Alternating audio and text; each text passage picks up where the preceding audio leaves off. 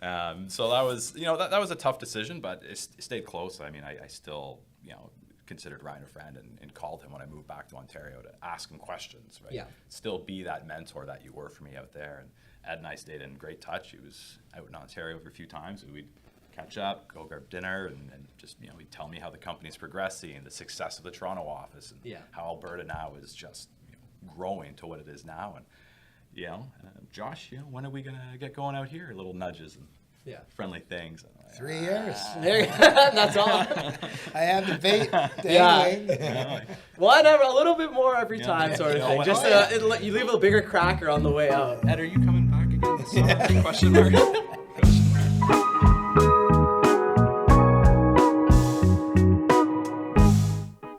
Welcome back to the workshop presented by Aplin Martin. On today's episode, I'm joined by former president and current corporate advisor Ed Fujii and current Ottawa engineering lead Joshua Smith.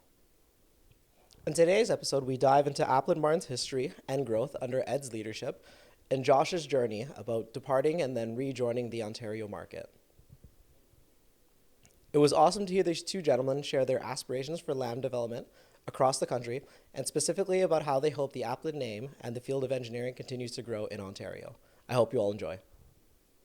Hello and welcome to episode 10 of the workshop by Aplin Martin. I'll be your host, Julian Cesario. With Aplin Martin growing and expanding as fast as ever, I'm honored to be sitting with two of the men that are and were part of the driving force. Now recently transitioned President Ed Fujii and the lead of the newest Aplin office to open up, located in Ottawa, Josh Smith. How are you both this afternoon? Excellent, Julian. Thanks for having us. Yeah, a little winded. Just stepped off the GO train and made the little 10-minute hike over here, but doing good. Happy to be here. Yeah. You were in Ottawa this morning? I was in Ottawa. Took the Via Rail out of Smith Falls with Mike in the other room there, and took the nice cruise down the St. Lawrence Seaway. Dedication. That's what we're looking for. Had a bit of a scramble in Union Station trying to find the GO train from Via, upstairs, downstairs, asking these attendants. Yeah. I got 10 minutes to make the train. I'm going to be late, so. How long was the ride from Ottawa back in? It's a good 4-hour trip in, which is nice. And just enough room to keep the laptop and the Wi-Fi going, and it's pretty good, pretty smooth. Awesome. That's good to hear. I'd like to start a little bit about your brief background about yourselves. Your position, how long you've been in the industry, where'd you grow up, school, all of that sort of fun stuff, just to set the scene a little bit. All that fun personal stuff. Yes. We're going to get right down to it. Well, it's great with Aplin being a Western office. I tell a lot of the guys here that I'm from Richmond, so they just assume I'm from the city of Richmond in BC, and I have to correct them and say, I was from a small town of Richmond outside the city of Ottawa in Ontario. Mm-hmm. So I don't have a lot of those big city amenities. But, so I grew up in a rural town and attended school out there, and after high school, kind of making that big choice decision on what do I want to do. Having that really intimate moment with your guidance counselor. Right? Back in the dark room, the windows are all shady. Yeah, everything's a little greasy. Can you tell me what I want to do? And the guidance counselor kind of saying, Josh, you should probably go into construction.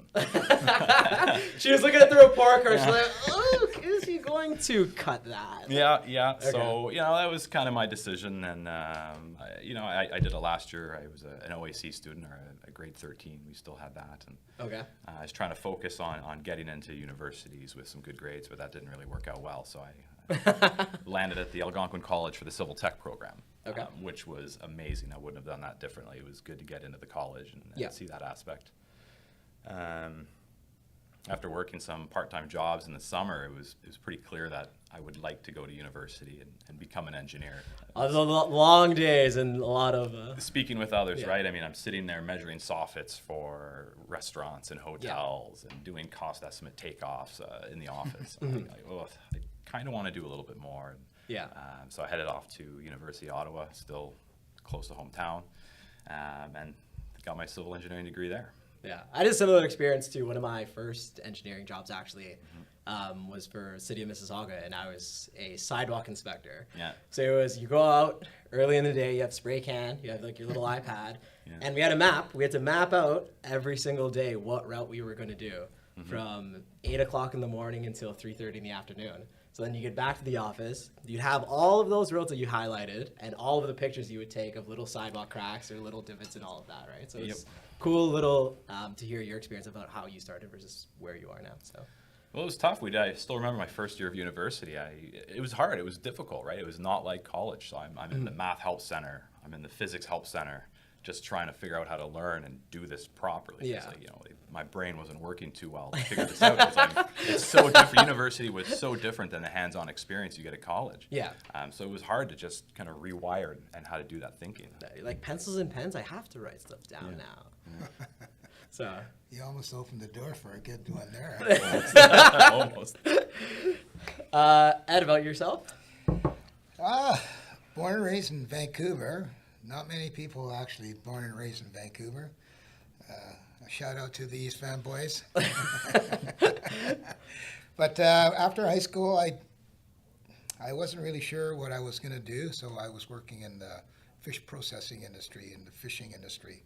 So I did that for a number of years, and my brother-in-law had a construction company, so I did some work with him, and I really enjoyed that, the structural side. So I did end up going to university with a structural focus. Okay.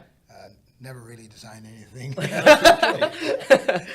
But I did work on some pretty exciting infrastructure projects, the big transportation projects with the former company. I feel like also always when you're younger and when you think engineering, you don't think building underground. Everyone always focuses on like the structural, like building up, right? Because that's the stuff that you see, right? So it's funny that you mentioned that as well, because that used to be one of my first experiences. Like, oh, I want to build things, so I'll build upwards versus like I'll build downwards, which is what we do now for land development. So was there a moment then, at what point where you thought about getting into engineering, or how did you get into engineering? What was that driving force? Well, once I started working on these construction projects, then it certainly became apparent that I'd like to get into engineering. Yeah. And of course, at that time, I didn't want to enroll in the university program because I thought, well, if I go for 5 years and I don't finish, that's a lot of 5 years of wasted time. So I did the 2-year technology program first at BCIT's local technology school. Yeah. And then after a couple of years of industry work, I went back to Lakehead University, where we have quite a few people. Couple of alumni now that did Lakehead. Lakehead, yeah. You know, I'm not going to say what I was thinking I should say. About Lakehead, or why you went to Lakehead? Which one, or both? Well, Lakehead was the only school at the time that offered the Transition, credit for the 2 years of technology at University of British Columbia. It was basically, we'll give you credit for your first year math and English. Yeah. Well, then you still had to go another 4.5 years. I took the hard way. A few courses, kind of fighting. Like, guys, please, can I? Let me. Our math is the three same. relevant things Yeah, for our a math course is here. the same. So it worked out well to make sure I ended up with something after 2 years. Yeah. And then I did have the plan to go back, but then obviously you needed to work a bit, save a bit of money, and ended up at Lakehead, and it was a lot of fun. It was met a lot of people, and it's fortuitous that we're now here in Ontario because a lot of the people that I went to university with are all working, or some are now retired, but they're in the industry that we're in. A little bit colder at Lakehead than Vancouver. Very much. They have a big recreation program there too, right? Where it's not uncommon, I think, to switch over to that and focus more on the outside sciences. But the recreation program there was, I think, studying and bars. Yeah. the local college bar. Yeah. Was there something that surprised you about Lakehead when it was your first time there? Like, did you ever visit Ontario before going to Lakehead? Was that your first time? You're like, you stepped on campus and that was it? I had been once before, but I'll tell you what happened. Just before I was leaving to go to Lakehead, I injured my knee. Okay. Thinking, I went to the hospital, get a set of crutches. Yeah. Just to help me maneuver through this little pain in my knee. Yeah. And then I found out that I tore all 3 ligaments, and they did repairs on my knee and put me in a full cast. Yeah. So I hopped on the plane with a pair of crutches, a backpack, a suitcase, and a cast. Yeah. And there was a lot of mosquitoes flying underneath. So for 9 weeks, and it was hot in Lakehead, humid, and whatever you do, don't put the coat hanger down there because you got steel stitches. Oh, through your 2 weeks on later, top. Oh my god, yeah. oh crap. What did I do now? You're like, oh, if only it wasn't late. No, I'm kidding. But it was definitely a different climate. It was very humid there. Okay. But, you know, I had a couple of friends that were from BC there. Oh, okay. They helped me pack some stuff around, you know. Went to the bar and grabbed my beer. But, you know, I was younger, a lot more nimble back then, so the crutches was kind of good for seeking attention, right? Hello, my bad. You mind, ma'am? That's funny. The little accent maybe comes out. I'm new here. No, I'm kidding. Have you been back to Lakehead since then? You know, I think about 10 years ago, I went to one of these alumni functions. Yeah. Nobody that I went to school with was there at the same time, but, you know, got to go see the old school and walked around a bit. But not other than that, just the one other visit.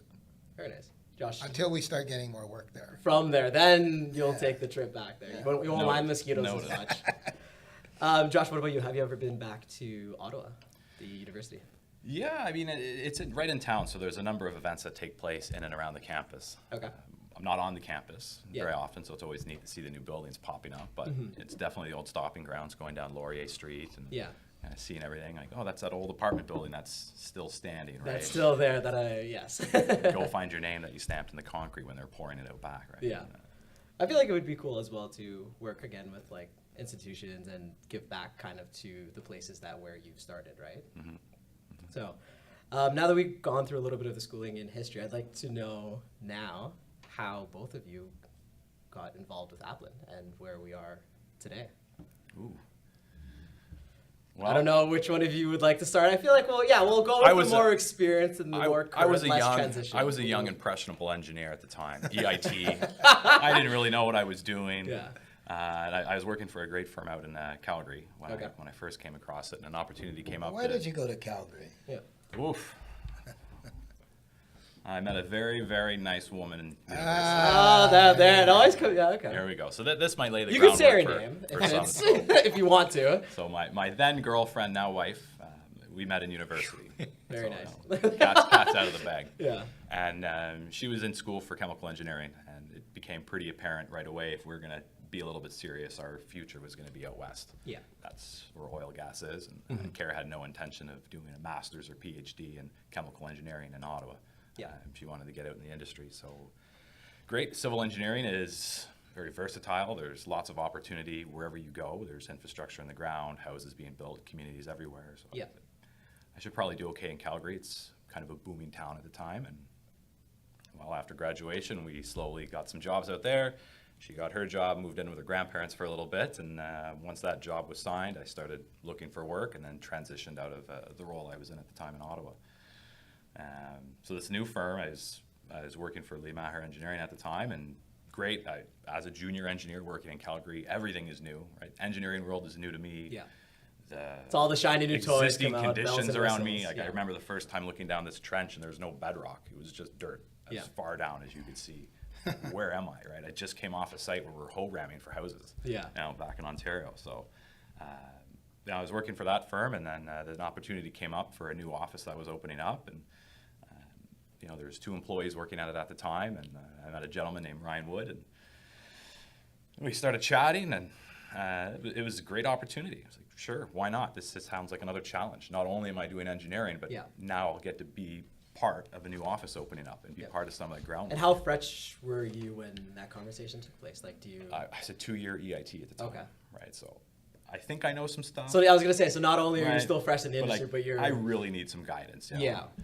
And so that was fantastic to sign that offer. Walk into the office on the first day, we're unpacking boxes for workstations. Still, right? Ryan's got his office set up. I can still remember his sailboat picture on the wall. Yeah. Did he give you an office right away, or were you? No, it was open workstation. Yeah. It was sort of a 2-office environment at the time, okay. right? Yeah. And and I got to build my workstation first day of work. Like, wow, this is great, right? Like, let's hit the ground running now, right? And, and it was awesome opportunity out there, right? There was some projects out west I get to work on, out in the Vancouver, Lower Mainland area, interior, in Calgary as well, and in the surrounding area. So it was just awesome to get exposed to all that different stuff. Very cool. Yeah. Ed, now. I don't know if yours is such a long or winding path, but how about yourself? Well, once I finished university, once I finished the technical college, Yeah. I was working for the then Ministry of Transportation and Highways, working on some large transportation projects. The Coquihalla Highway, which is now one of the most known projects in BC. It was huge. It was opening in 1986 for Expo, and it had to be open. As the then Premier said, it has to be open for Expo 86. Yeah. And it got open, and it was great. And, when I was going back and forth to university, after that I was working in the summer for the Highways Group as well. Once I finished engineering, I ended up working for a national transportation infrastructure company, working on some pretty cool stuff. Large, first consultant-led highway construction project supervision program. Yeah. It was awesome. And my then manager was an amazing guy. And once that project was over, I went into the office and did some design work. But then we got the supervision contract for the SkyTrain project, Phase 3. So that was an amazing job working with Peter Kiewit, big international company. I'll be honest with you, when my boss got promoted, we got a new boss, and I started looking for a new job. You're like, well, so LinkedIn and all of those. And I won't mention their names. On the posted boards, what's available and what's free. But I was working with a fellow who was on the SkyTrain project that was seconded. Yeah. And he was moving to Aplin Martin. And he said, hey, they're looking for some people at Aplin Martin. Yeah. And I'll be honest with you, I went to... You're like, who's Aplin and who's Martin? And do I meet them? And what do we... I went to this interview, and the then operations lead, he was a real people person. Yeah. He was looking to hire the personality, not the technical capability. And so I had this great interview. I'm like, I came home. Oh, look at that. I told my wife, I think I got a new job. Yeah. And then I went to my second interview. Okay. And this technical engineer guy started asking me all these questions. And I think out of the six, I think I answered one. Yeah. And no, there was no point pretending I knew about this stuff. Yeah. I was working on Don't bullshit the large infrastructure highways. We had culverts that were multi-plate, 30 feet in diameter, where you can drive a car through. Yeah. Now they're talking about 4-inch sewer pipe. Yeah. Don't know those answers, right? But nonetheless, I ended up getting the job. And it was a great place because it was a young, motivated, new leadership team. Energetic. A lot of opportunity for growth. And I became vice president within 4 years of being there. So that was really cool. What was the size of the company then? Yeah. Well, when I first started, it was around 80, but they owned an architectural company, which was around 30. Okay. And then once they split off, back down to 50. And then times were a little tougher, and then we got down to probably 35 people. Yeah. And, we're more than tenfold that now, but we hunkered down, we busted our butts, and Put in a lot of work. Brought in a lot of work. And so sometimes people might think, oh, that Eddie's a slave driver.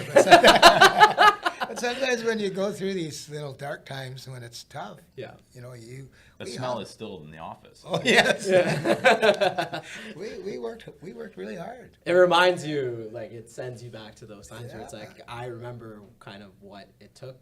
Not that my career's not that far in advance Yeah, yet, no, but I understand. you remember when your first year or two, and it's like, how did I learn to get to where I am? And it's like, well, those are the things that I had to do to make you, or what you think are going to make you successful. Oh, for sure. And, that hard work side to this day is a crucial part of success, no matter what industry you're in, right? Yeah. No matter what industry you're in. So I think that's great to transition now to talking about how in the present day, both of your mindsets, how has it changed from when you guys have both first started to where it is now? And then Josh, I'd like to touch on after that. I'll get Ed first, and then we'll touch about you, about how your journey, how you started at Aplin, took a little bit of a brief hiatus, and then The dark years. yeah, and then came out. But yeah, Ed, first I want to start with Learning you. year. Yeah, Learning. continue on that a little bit about how your mindset has changed from when you first started, like you said, and growing from 50 people to however many we are now, right?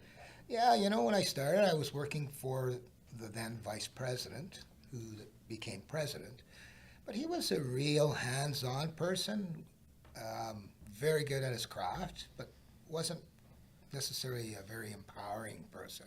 Okay. And so once he got promoted, I took over this municipal group, and I grew that thing huge. That's son of a bitch. I was gonna say. You were empowering people to get stuff done, right? Yeah. And so I had this vision, even from when I started in that role, that we can grow this company. Yeah. We can grow this company. And that was probably 96, 98. Then it was a little bit of a dip around 98. Okay. And so once again, roll up the sleeves and hunker down, and things went well. But once we were able to get people thinking about branch offices. Motivation. There's always, Well, Bill Lee started the Vancouver office, and he was always skeptical. He thought, why is he getting me out of the head office? Why does he want me? But Vancouver now is our second largest group in Yeah. our entire company. So the dream came to reality. And probably one of the nicest views, I would say, for the company from the office. Yeah, they saved me the corner office. Okay. And being such a good company, man, I thought, I can't take this office in good conscience. Oh, of course, You're only going to be there at most 2 days a week, as I was going to Calgary, opening up the offices in Ontario, going to Kelowna. Yeah. So having a vacant, 10 out of 10 view of it would have been not good. Just the Everyone optics else in of the it. office is yeah. just like, yeah, oh, wow. what's gonna What happen is with that guy They'd that's have sitting? to have I'm a supposed to be photo on the sitting. seat, Yeah, right? just to make sure that it's still there, that you're still there. So Todd Stewart, you can thank me for that office. We'll make sure that message gets to him.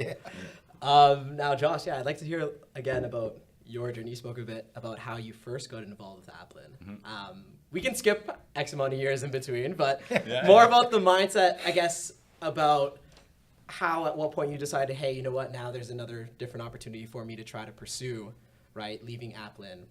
And then what was the motivation, or what brought you then back? To leave Aplin in the first place. Well, we could go both. We'll go both. We'll start with that, and then not that you have to get too much of it. No, it's a fun little subject. Yeah. Again, I was living out here. I was engaged at the time when I did make that decision to leave, and my wife Kara was very, in the oil and gas industry, and there was a bit of a turn down out there. The writing was on the wall. Her company was doing mass layoffs. There's really no positive end in sight for that. Yeah. We have to make this decision. What are we doing here? Are we going to start a family out west, away from both of our families in Ontario, or do we take this opportunity and maybe transition back? And that was a tough one, right? I was 5 years into working for Aplin. Yeah. Very engaged with that new office that was growing. We were up to maybe just shy of 10 people at that time. Yeah. Things are going really, really well. Lots more opportunity in Alberta as well too. And it was a very tough conversation to have to walk into Ryan's office and say, buddy, we need to chat. Like, this isn't, I want to be transparent here, right? And, it was tough, but it was the right decision. I mean, I've got 3 young boys now back home. And It was good, though, because you didn't come into the office and say, I'm leaving you. So I'm going right across the right street. across the street.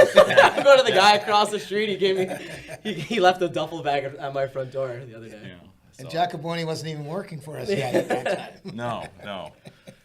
So that was, that was a tough decision, but it stayed close. I mean, I still, considered Ryan a friend and called him when I moved back to Ontario to ask him questions, right? Yeah. Still be that mentor that you were for me out there. And Ed and I stayed in great touch. He was out in Ontario for a few times, and we'd catch up, go grab dinner, and just, he'd tell me how the company's progressing and the success of the Toronto office, and how Alberta now is just growing to what it is now. And, Josh, when are we going to get going out here? Little nudges and friendly things.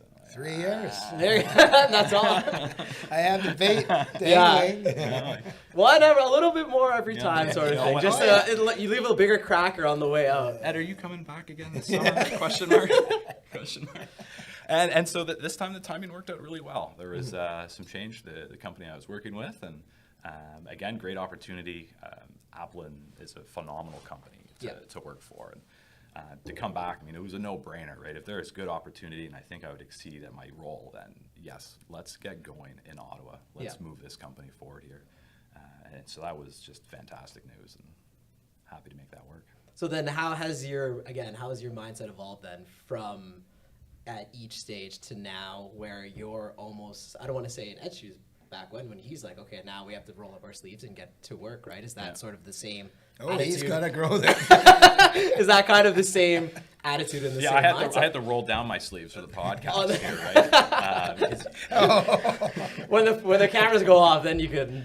I got to get back to work. No, it's a difficult uphill challenge, right? It's not easy to just I'm going to open up an office. Work's just going to magically pour in. People are going to trust the new name and myself, and just hand over all this work, and we'll just have 30 people by the end of the year. That does not happen.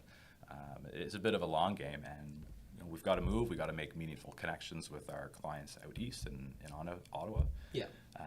We've got to deliver the projects. I've got a fantastic team I work with, including yourself here in Toronto. That's been a huge help getting these projects done. Appreciate it. A lot of the clients, we can deliver. We can do it fast. But you got to do it. We can do it accurately, right? Here it is. It's done now, right? Yeah. Great. We've already seen repeat clientele, so that's fantastic to have. So it's been great. We're actively hiring in Ottawa now, and more great things on the horizon.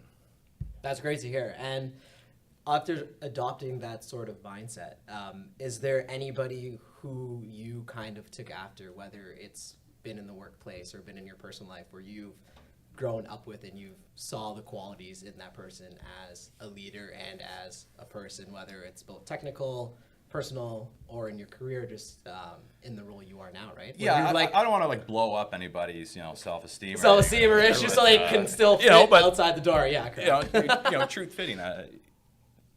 I was working very closely with Ryan. He was right across the way. He was the engineer with the experience and the company knowledge back home. So Ryan played a huge part in shaping my career. Yeah. And with that came Ed, right? There's a few other individuals at Aplin too where they're just super happy and friendly to work with and easygoing to just help get jobs done. Knowing that, I'm a junior engineer at the time. Yeah. But under Ryan and Ed's guidance, the great mentors, always available to chat and about difficult subjects too, whether it's work or even personal. It was just fantastic to have that, and I miss that, right? And that does not come around all the time. I was gonna say, now it's being seen as you're the individual, you're the figurehead, right? Is it a little bit more difficult now? Obviously, we still have a huge network across the company, right? With Ed himself, or even in Ontario ourselves, right? With Sadek and Scott and Chesley, right? But is it a little bit difficult at times when you're out there that you seem like, whether you're alone, you're like, okay, how do I now deal with this? Well, that is the best part, is knowing I'm not alone with it, right? I stay in great touch with Ben out west, Ben Relstein, and Chesley's a huge help here in Toronto to help understand. Sadek, David Chan, and Derek Hall, Maggie, Ed, these are all key people that are helping and they want the success to happen in the Ottawa area. So it's phenomenal to have that support. Personally, outside of that too, there's some key individuals that keep helping me push forward too, right? Yeah. I've got that supportive wife at home that wants me to succeed and wants to help, because we're a team. We've got conflicting schedules. And we've seen the kids on some of the calls sometimes. Yeah, right. And you can hear the little kids. Yeah, or then you come in the background, Daddy. Work-life balance, right? Yeah. We've got some 3-hour time changes between some of the offices. So if you're available to chat now, I'm going to pick up the phone because this is important. Yeah. Excuse the noise, right? Let me try to find my noise-canceling headphones. I'll try to find a quiet spot. Yeah. It helps you cancel. Yeah, we still, don't worry. An amplifier on our end. Yeah. Ed, what about yourself, thinking back over the years? Is there somebody, one influential person, or is there an individual in your life where you really tried to, or you latched onto their idea and their focus and their mindset, that you're like, hey, that's what I want to model my I don't want to say you're game after, but that's what I want to model what I think my career should look like. Or pieces of it. You know, I didn't really have a mentor. You're just that good. No, No, I'm I kidding. wasn't good. It was just you have this dream, you have this vision of growth, right? I mean, all the offices we have are all organically grown with the exception of Intersect. And Intersect, we weren't on a hunt for an architectural company, but a mutual friend of Scott and mine, he introduced us and said, you know, there's a reason why Scott needs to sell his business. You know, it was a very personal reason. So, you know, we met and we danced for 2 years. Well, I remember. Yeah. But I mean, they're fitting in perfectly. Yeah. You know, as David Chan said in one of his little interviews, I mean, they're just same DNA, right? Even had the same colors, right? I think one of the employees mentioned that in their little interview. So, yeah, no, I always had this vision of growth. And, you know, I was showing you this podcast of this friend of mine who is now leading a large company in North America. And he got his first job, although he didn't say it on his podcast, when he drove out to Vancouver, and my youngest son was born, and I had to take 2 weeks off. That's all you got back then. Yeah. Right? And so Pop up and pay? we needed, no, nothing. We needed someone to go to this project. It was an airport project. And he needed to do inspection, and he's like, I don't even have steel-toe boots. What am I doing here? But it worked out perfectly. He learned his craft well and did a good job, and now he's leading one of the fastest-growing consulting engineering companies in the States. Yeah. And I'm not going to give him a plug. He's probably had enough plugs for years for you. No, I'm kidding. And 10 years younger, too. Yeah. And so I see him at conferences, and he's definitely a good guy to ask questions.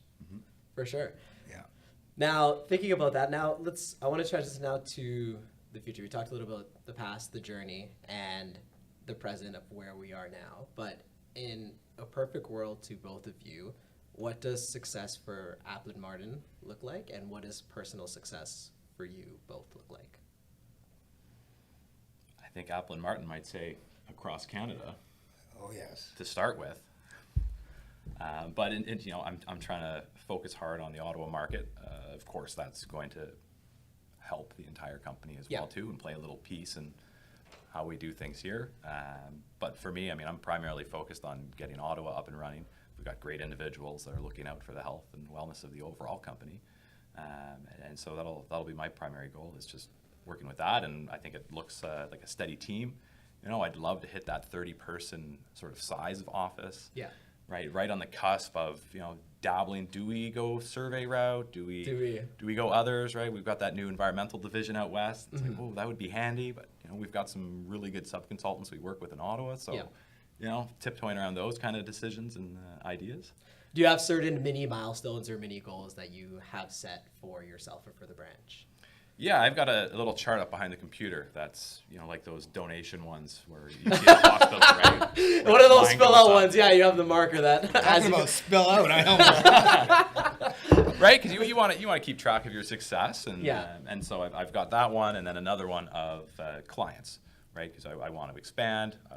We want to do work with land developers. We want to do work with investors. We want to do work with municipalities. We want to do work with local home builders that are doing their lots, right? And these are all relationships, you know, we want to have and maintain and grow together and all succeed. That's good to hear. And then now, Ed, after all the success you've had and that you've grown the company kind of to where it is today, do you still have any milestones or anything you'd like to see or any goals that you have left for as a now recently transitioned president that you would like to see while you're still within the industry? I stayed in contact with Josh once he moved out in Ottawa. Every time I was out here, you know, I tried to shoot over there, and I have some friends with general contractor out in Ottawa, so I'd go and visit both.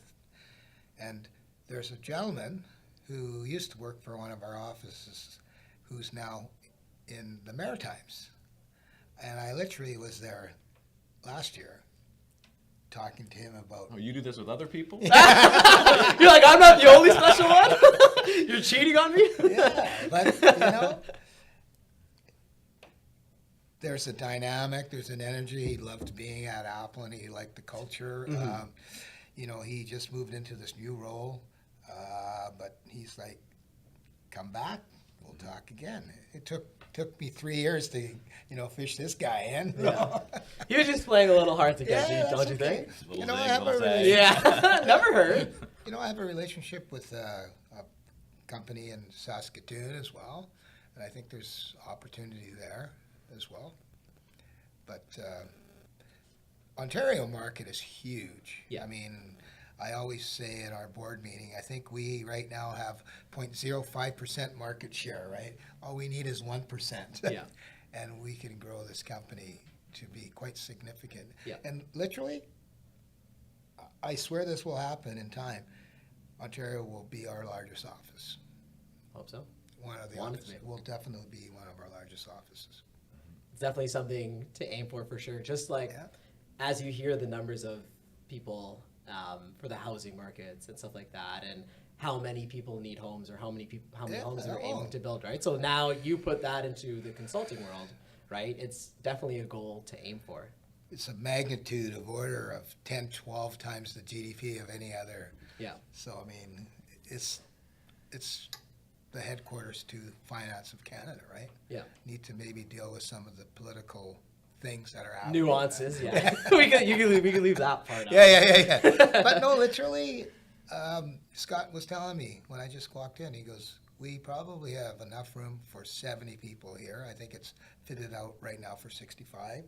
But he said, we may be running out of room soon. That's our goal, right? So, Yeah. you know, we'd be up to 70 people shortly in Ontario. I Yeah. mean, in Oakville, sorry. And, you know, we can have another office somewhere that might suit other people's needs in a different location where we Yeah. build that to the same size, right? And I think that's all can be done in 5 years' time. Yeah. And it's good that we have the numbers, right? Something that you aspire Yeah. to Oh, do. yeah. So. Actually, it should have been that already by now. Oh. I'm kidding. Why'd you point at him when he said that? You're like, it should have happened already. Well, 'cause he he- accepted well, 2 years if instead he of would have 3 joined years. 3 years, Yeah, He's there you counting, go. he's holding the 3 years. Oh, okay, that's what he's still doing. Yeah, the point helped him. I didn't read that fine print. Some You should have asterisks. joined 365 days ago. So I want to talk about a little bit more about your experiences now within the industry. What is one story what about either your favorite project, thinking back, or a story or a project where you've had the most influence on that you still remember today? One that always sticks out with me is I did a project in High River, Alberta. Right, this was a nice little low-key gas station with a Taco Time, I think, attached to it, or like King Taco. Taco Time, right? okay. Right, and designing this gas station, 100-year floodplain, you know, giving a little bit of wiggle room, and working on the stormwater management. And I'm still kind of a junior guy. I'm like, this makes sense. It's called that town of High River, and okay, let's do this work, and trying to get the site built up enough, but enough so it blends in well with the curbs. And Yeah. job's done, it's built. It looks a little bit wonky because they've got a car wash bay, you know, the fuel pumps. That's and the pretty store. technical. Wonky. Yeah. He even wrote that in his report too back then. They allowed that language. But afterwards, the big flood in Calgary happened, where High River was completely washed out. Right, I was evacuated out of my house for several weeks in Calgary. Couldn't go back into where I lived, and you know, whole rivers moved. The entire landscape changed, and in High River, my Taco Time gas station, Yours. high and dry, right? No damage. Yes, like big win, because so much stuff got destroyed in that. Yeah. And you know, the water levels did certainly come up, and you know, people in High River are definitely not happy. They But you're lost like, you their didn't go to homes my and- Taco Time if you were to grab But tacos you know, that day. engineering wise, like, oh, okay, well that's great. Like the engineering makes sense and it works. Like that's pretty cool to see that kind of stuff, right? Yeah, for sure. Follow up with the client. Hey, how are? How's there? The tacos are still dry, like nothing soggy. We're all Got anything else, right? Like, it's operational still, right? Not a lot of people can access it because the roads are flooded, but you're done. Yeah. Before the days of Uber Eats and all of that, before you get delivery. The gas station taco time. Yeah, but it stands out. You That was, ever visit any of those in your day? No. No. The 7-Eleven at X time in the morning. Used to be able to get coffee, bag of chips, and smokes at the gas station. We get beer at gas stations here now. Oh, do you? Yeah, you got We signs do now. now. Oh, I didn't know that. Can stop by on the way I home. gotta go buy a gas car now. Ed, what about yourself? Is there still one project in your mind that sticks out? You know, for me, Or an experience? so many projects are great, but the experiences for me that stand out is seeing people start our company at a junior level now succeed. I mean, David Chan's a perfect example of a guy who came in here with no experience. Thought maybe he would work for a little while, get his P.Eng, and then move back to Hong Kong. Yeah. And now he's the president and CEO of the company after being mentored. quite a You bit. chose that word very carefully, very... Yeah. You're like, which one do I want to use here? And Who is his mentor? we've not, Yeah, we've do you wanna not plug brought his mentor? anybody here in at a super senior level. You know, Maggie came as a junior planner. Derek came in as right out of school, and now they are occupying the, chief communications position and chief operating officer's position. So that part is very rewarding. And maybe you will become the branch manager One day. right? Hope to aim so high. You never know. Yeah.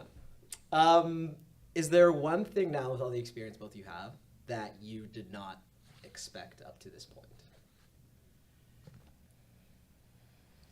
I didn't truthfully think I was going to be in engineering for the longest time. I went through school. I thought maybe I'd be working for a contractor, doing that kind of stuff, maybe digging out the trenches, being a lineman, working up to being foreman, and maybe overseeing several different construction crews. Yeah. I thought that was the path I was going to go. But then I fell into the consulting game and just saw that it's a lot of relationship based, very technical, working with team members. There's so many different moving parts Yeah. of it. And I'm sure that exists in the construction world as well too, but I got involved with it fairly young and just ran with it. So I didn't foresee myself here at all, and it's just a great experience to be in. Yeah, and I could speak to that as well, just as a younger person who's now been with Aplin for almost 7 years, is that it is motivating to see kind of the rise of where you can start from to where you can eventually end up. Because I know with a lot of people, a lot of careers and a lot of jobs out there, you're not given that opportunity, or you're not able to rise to that and show your true potential. Whereas here, I feel like you said before, I think someone used the word, when you used the word empowering, right? It's very empowering to see once you're given the opportunity and you're able to fulfill it, that there is places to go up from. Definitely. Sometimes you just got to go and take it as well, right? So opportunities are always available for different services, whatever it could be. It doesn't even have to be engineering wise, just Yeah. specifically with life, right? So Yeah, and there's many people here that want to do more. They want to progress their career, and they're vocal about it. Like, how can I improve technically, knowing that they need that technical behind them? And like, I want to do project management. I think, can you tell me about that? Well, do you really want to call clients about the budgets and stuff, or do you want to focus on this? Exactly. now, It's right? almost about Like, finding. let's explore it together and see if it is a good fit. Yeah, exactly. Finding, you don't want to put a round peg in like a square hole, so to speak, right? You want You somebody. just smash it. Yeah. You want somebody to succeed as to what their strengths are, right? And if they're not right for the role, then maybe there's definitely a role for somebody else. Not just with career-wise, but as personal-wise, like figuring out what makes people tick and what will make them go further. So one last question for both of you. What is any piece of advice that you would like to give to any younger staff, any junior person, somebody who's in university, like both of yourselves? Yeah, like you guys said, you both we're struggling with, am I going to go in construction? Am I going to go this way? What am I actually going to do? Is this the right path for me? What is one piece of advice that you would both give to somebody that's struggling with that decision and not knowing what they want to exactly do with their career yet? I would encourage them to try out different career paths, right? You never know where you're going to land. I don't want to force you into engineering consulting, right? It's not for everybody. Definitely get out there, try to get those different summer internships. It took me, I was a junior septic inspector, building science guy, being raised up, the outside of 40-story tall buildings, right? Yeah. Trying to look and see if this window is going to fit in properly and how we're going to rehabilitate it. I don't like this. I'm done with building science. Yeah, you're like, I tried it. I'm good. Windows are good. I've seen that bosun's chair. I'm like, I don't want in that. That structural is not for me, right? I like being on the ground and what's underneath. Yeah. So I would encourage to try different avenues, and the earlier you can get into it, the better. Try to get those summer placements. Yeah. Right. And then when you graduate, look down the road. Have that. Try to find that mentor that can shed some light and perhaps show you what the future looks like in that role, that would be invaluable. Gain as much experience as you can while you can. Yeah. Ed, what about yourself? Is there something you would say, again, to a younger Ed? I think it's so important to know what you're doing. Like, you got to learn how to do, if it's land development engineering or if it's structural engineering, whatever it is, you need to know how to do it. Yeah. After that, you need to network. With social media now, I didn't even have a cell phone when we started the business, right? So oh my God, I graduated, I got a pager. Yeah. And they give you a roll of quarters Yeah. to call back to the office, right? So now Unreal. everybody knows who Julian is Yeah. on your LinkedIn, right? It's important to know Relationships. for sure. I think that's critical. So how many networking events would you go to when you were younger or when you were starting out? Or I know today now, I just asked you even before we started recording, you were 3 for 3, I think, when you were out here. So. Yeah, no, seriously.